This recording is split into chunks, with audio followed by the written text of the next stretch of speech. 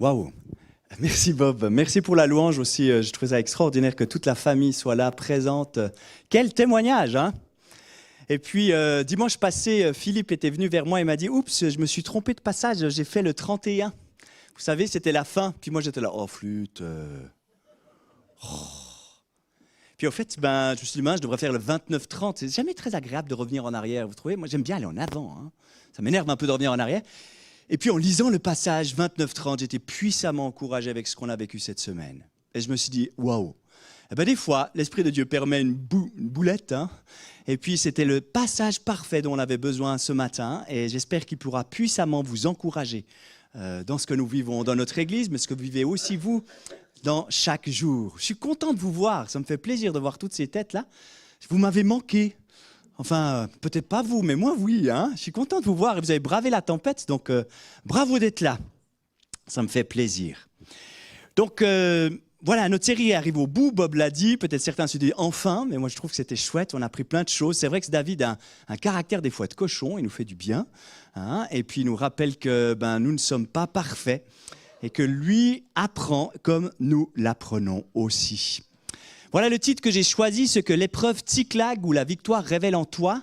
Tsiklag, c'est donc cette ville où on était resté. Si jamais elle se situe ici, tout au sud, vous avez donc Jérusalem et vous devez aller plus au sud, Tsiklag, juste là, dans le territoire de Juda. Cette ville avait été prise par les Philistins et pour mémoire, elle avait été donnée à David par Akish et ses 600 hommes. Je ne sais pas si vous vous souvenez de tout ça, mais bref, David est là avec ses 600 hommes, et il vit un temps de paix, il est content.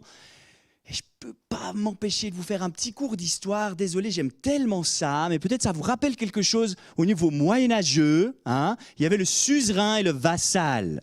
Et le suzerain était le grand chef, et le vassal devait honneur au suzerain. Ça vous rappelle quelque chose? Vous êtes là, oh non. Bon. Ok, ce qui est assez intéressant dans cette histoire, c'est que le vassal est David et le suzerain est Akish, puisqu'il lui a donné une ville. Donc il lui doit honneur. Et c'est assez intéressant pour la suite de notre passage de quand même s'intéresser là-dessus. Il est resté 16 mois dans cette ville et il s'est bien coincé. Parce que vous savez, des fois, on est pris dans des situations et on reste coincé, on ne sait pas comment s'en sortir. Alors je vous propose que, ça a tellement bien fonctionné d'ailleurs, que Akish lui a dit « je suis tellement content de t'avoir parmi nous, parmi les Philistins, que tu vas devenir mon garde du corps. » Il est un peu empêtré, hein. Son suzerain lui dit « Tu seras mon garde du corps. » Oui, d'accord, si tu veux, je vais me donner au maximum, mais voilà où il est vraiment empêtré là-dedans. Alors je vous propose la lecture juste du verset 1 et 2 du chapitre 29. Les Philistins rassemblèrent toutes leurs troupes à Aphek et Israël installa son camp près de la source de Jizréel. Les princes des Philistins s'avancèrent avec leurs centaines et leurs milliers, tandis que David et ses hommes marchaient à l'arrière-garde avec Akish. Voilà. Donc il est à l'arrière-garde. Pour se souvenir, peut-être vous rappeler, Saül était dans un grand désarroi. Il était allé voir quelqu'un qui consultait les morts. Tellement il avait peur de ces Philistins. Et on a appris avec Philippe que pauvre Saül est mort au combat, comme ça avait été annoncé. Et voilà que Akish lui dit « Tu vas venir avec moi, tu es mon bras droit, tu es mon garde du corps. » Alors le futur roi se trouve dans cette première étape que j'ai choisie. Il est pris un peu dans un piège et on verra que Dieu va ouvrir une sortie pour lui. Il est un peu ennuyé parce qu'il est philistin de l'extérieur, ou pour amuser la galerie, et à l'intérieur, il est resté israélite.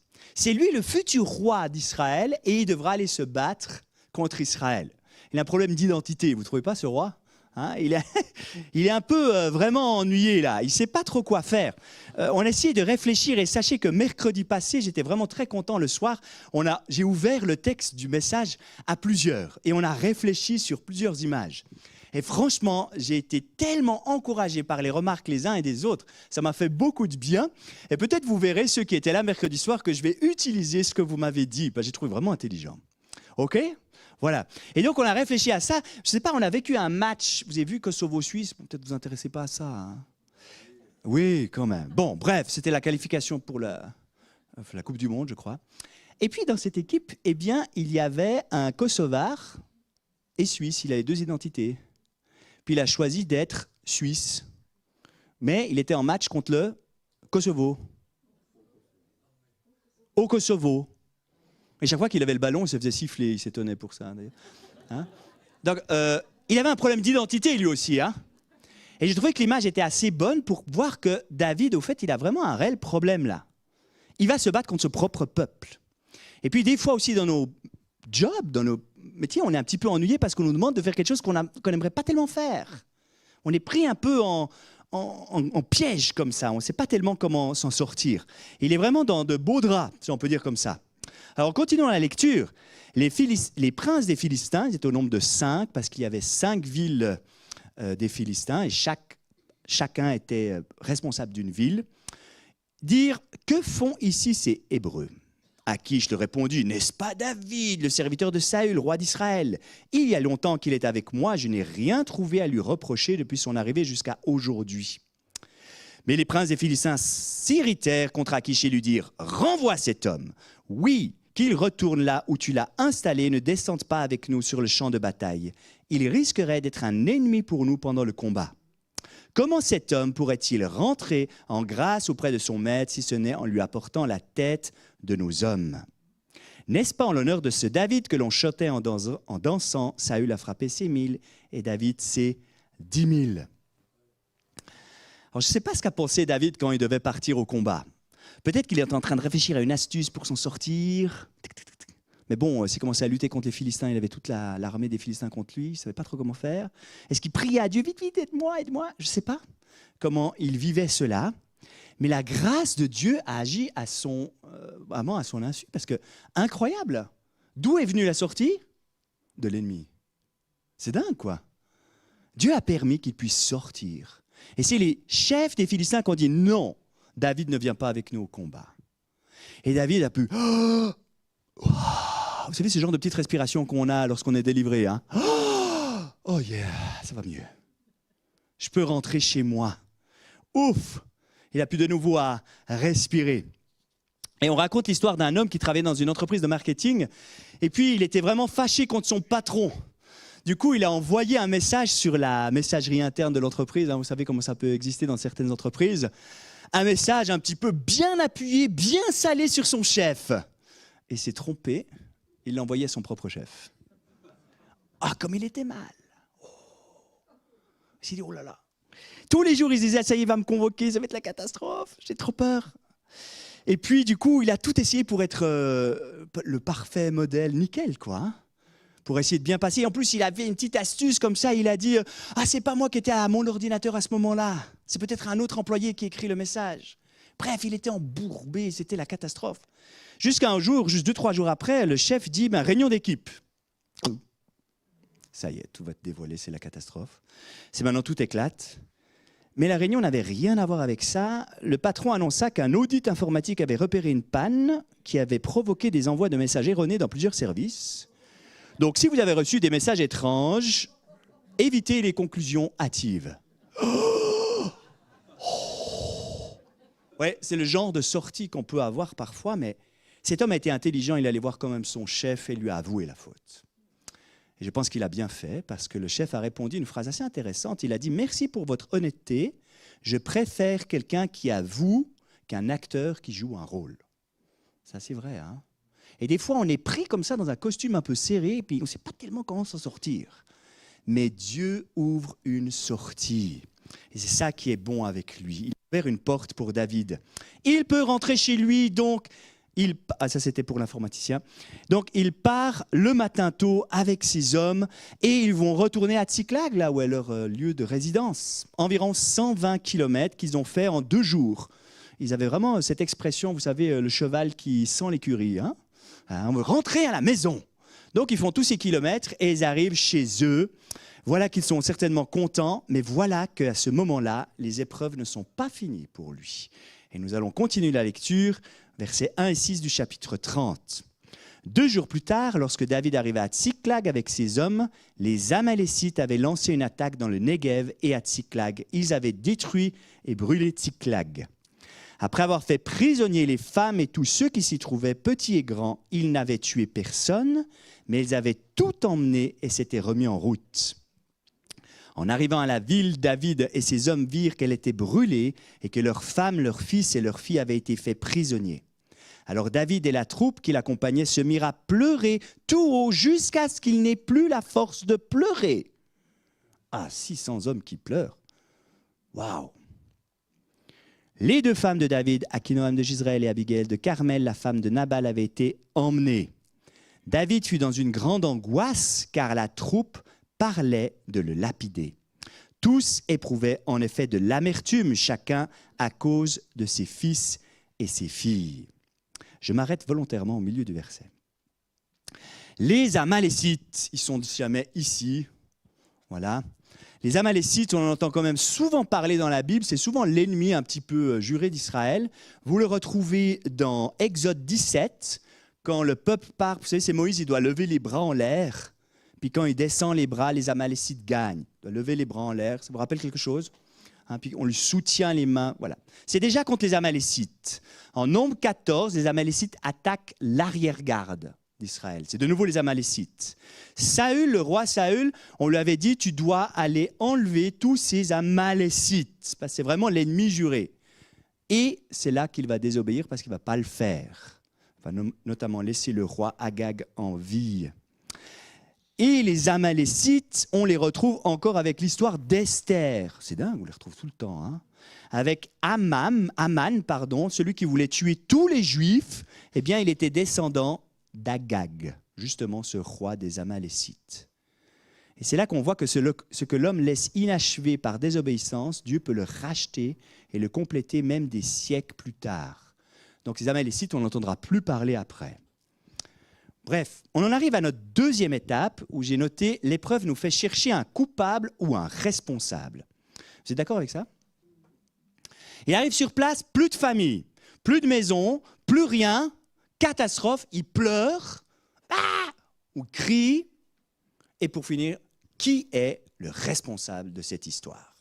Qui a fait ça? Qui est le coupable? On veut que le responsable paye. Vous êtes d'accord? Encore aujourd'hui, on lit dans les journaux, sur Internet, il faut toujours chercher si la faute à qui? N'est-ce pas? Sans arrêt, on pense à cela. Et puis, on veut trouver ce responsable. Mais on sait que peut-être ça nous fera du bien si le responsable paye, mais ça ne va rien changer à notre situation. Ça ne va pas soigner les plaies, ça ne va pas redonner les choses, ça ne va absolument rien changer. Mais on veut toujours trouver un responsable. Et il me semble qu'aujourd'hui, on a peur de prendre des responsabilités. Vous êtes d'accord avec ça? Il me semble qu'on a plus peur de prendre des responsabilités parce qu'on n'a pas envie d'être coupable d'un fiasco. Lorsqu'on m'a demandé d'être pasteur, j'ai dit « Oula, c'est une responsabilité. Je la prends, je ne la prends pas. Est-ce que je vais être responsable d'un fiasco? Je n'ai pas envie de faire ça. » Vous voyez? Et je pense que c'est bon, enfin j'espère qu'il y ait les bonnes personnes dans les postes de responsabilité, qu'on ne laisse pas la place à des profiteurs ou des chanceux qui saisissent la chance. Et qu'on honore les gens qui prennent des responsabilités. Je ne dis pas ça pour que vous m'honorez moi, mais dans le sens, ceux qui prennent des responsabilités. Ah, je me suis empêtré dans un truc là. Voilà. Bref, je vais parler de mon directeur. Comme ça fera du bien. Hein. Jeudi, on avait la conférence des maîtres. Et puis, vous savez qu'il y a la grève des enseignants. Ils ne sont pas contents parce qu'on descend leur salaire. Et puis, ils ferment l'école. Et peut-être ça ennuie les parents. Désolé. Hein. Et puis, voilà que le directeur, pendant la conférence des maîtres, évidemment, il est mis à mal par les 100 enseignants qu'il est là. Les 100 enseignants sont contre lui. Vous imaginez le pauvre. Hein? Et puis, du coup, le directeur fait c'est pas de ma faute, c'est la faute de l'État. Puis l'État dit c'est pas de notre faute, c'est la faute des dépenses. On dépense trop. Et puis, ceux qui font les dépenses disent c'est pas de notre faute parce qu'il faut faire ceci. Puis, vous voyez, c'est toujours qui est le responsable? Et on se donne, là, on fait passer plus loin, de plus en plus loin. Et je pense qu'au lieu de toujours vouloir chercher absolument un responsable et de se dire c'est la faute à qui, eh bien, nous avons besoin de nous tourner vers Dieu. Et c'est justement ce qu'a fait David, c'est ma 3e étape.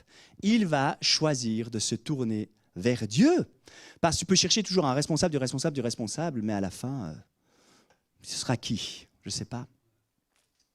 Alors voilà, nous reprenons la lecture et je reprends au milieu du verset 6 qui dit « Mais David reprit courage en s'appuyant sur l'Éternel, son Dieu. » Et je crois que c'est vraiment la clé de ce passage qui est là. Je le relis Mais David reprit courage en s'appuyant sur l'Éternel son Dieu. Il dit au prêtre Abiatar, fils d'Achimélec, « Apporte-moi donc l'éphod. » Abiatar le lui apporta. David consulta l'Éternel en disant, « Dois-je poursuivre ces troupes? Réussirai-je à la rattraper ?» L'Éternel lui répondit, « Poursuis-la, car tu la rattraperas et tu délivreras les prisonniers. » David se mit en marche avec ses 600 compagnons. Ils arrivèrent au torrent de Bésor, où ceux qui traînaient à l'arrière s'arrêtèrent. Je comprends, ils avaient quand même marché 150 km, ils avaient pleuré toutes leurs larmes, puis il fallait encore recourir. Certains étaient peut-être fatigués. Et David continua la poursuite avec 400 hommes, tandis que 200 s'étaient arrêtés, trop fatigués pour passer le torrent de Bésor. Voilà, il est parlé de l'éphod. Vous avez vu qu'il demande de consulter Abiatar, qui est le sacrificateur. Alors aujourd'hui, il n'y a plus de classe sacerdotale, n'est-ce pas? Selon 1 Pierre 2,9, nous sommes tous sacrificateurs. Mais à cette époque-là, sous l'Ancienne Alliance, il y avait une classe sacerdotale avec des sacrificateurs et il y avait un éphod. C'est ce vêtement qui est là, qui était sur le grand sacrificateur. Et dans ce vêtement-là, on pourrait passer du temps à expliquer toutes les pierres qui étaient là, etc., etc. C'est assez intéressant. Enfin, moi, je trouve que c'est intéressant. Peut-être pas pour vous, mais oui, je trouve que c'est intéressant. Mais je ne vais pas le faire ce matin. Il y avait une poche dans le pectoral qui contenait une petite... Il y avait 2 pierres qui s'appelaient l'Urim et le Thummim. Peut-être vous avez déjà entendu parler qui tiraient l'Urim et le Thummim. On ne sait pas c'est pas clairement dit s'il tirait, c'est oui, non, peut-être pas. En tout cas, ce n'était pas oui ou non, parce que des fois, Dieu ne répondait pas. Mais Dieu répondait au travers de cela. C'était un moyen pour connaître la volonté de Dieu à leur sujet. Tout en sachant, je le répète, que des fois, Dieu ne répondait pas. Et c'est ce qui est important de le savoir. Parce que des fois, dans notre vie de chrétien, c'est oui ou c'est non. Et des fois, Dieu ne répond pas.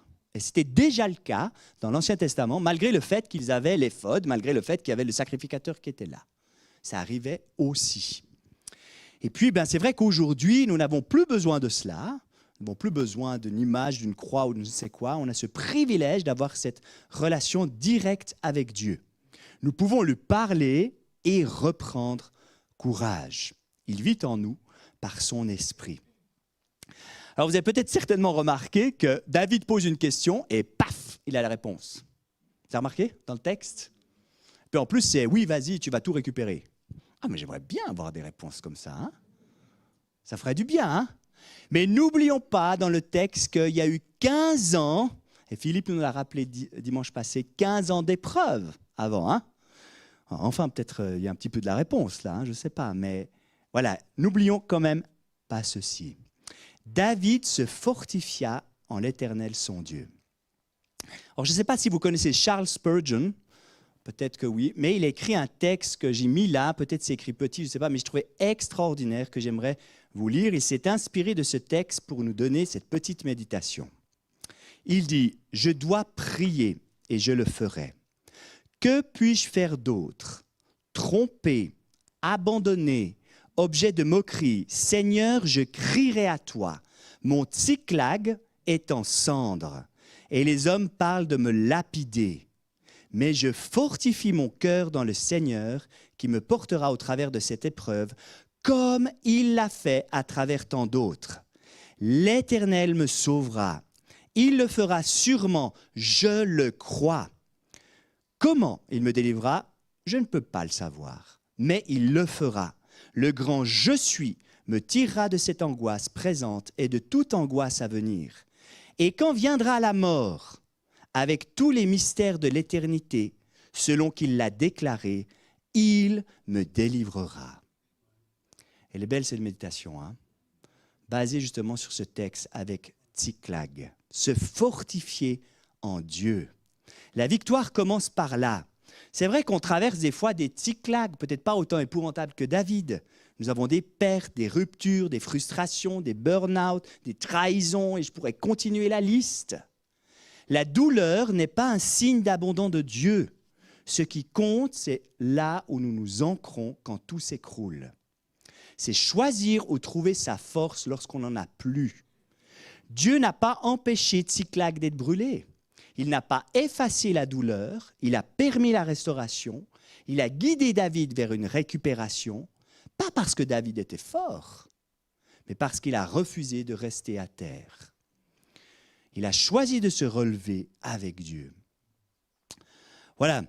Alors, moi, je trouve très fort, et dans le contexte qu'on vit, j'aimerais vraiment vous le donner comme un encouragement extraordinaire. Il est là, il vit avec nous, et nous avons ce privilège d'avoir cette espérance avec lui.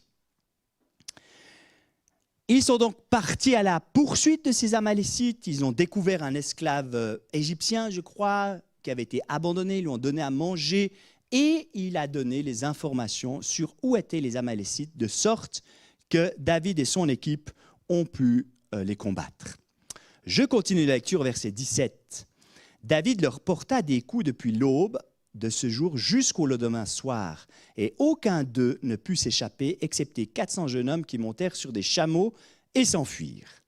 David sauva tout ce que les Amalécites avaient pris, et il délivra aussi ses 2 femmes. Il ne leur manqua personne, ni petit, ni grand, ni fils, ni fille, ni quoi que ce soit du butin, ni rien de ce qu'on leur avait enlevé. David ramena tout.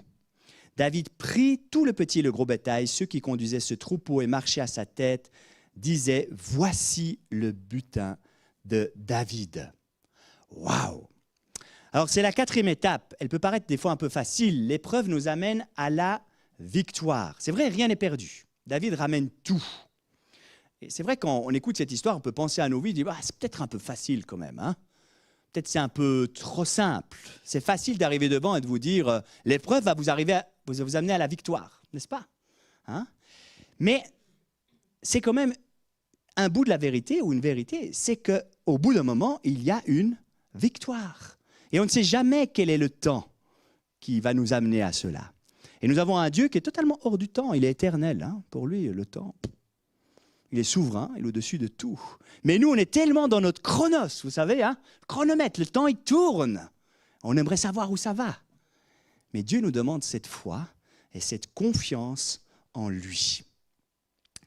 Alors, j'aimerais m'arrêter sur ce mot « tout ». Il est assez gros. Ouais. Ce mot « tout ». Cet arrêt va nous amener à la scène, comme a dit Bob. J'aimerais faire un arrêt au milieu sur le mot « tout ».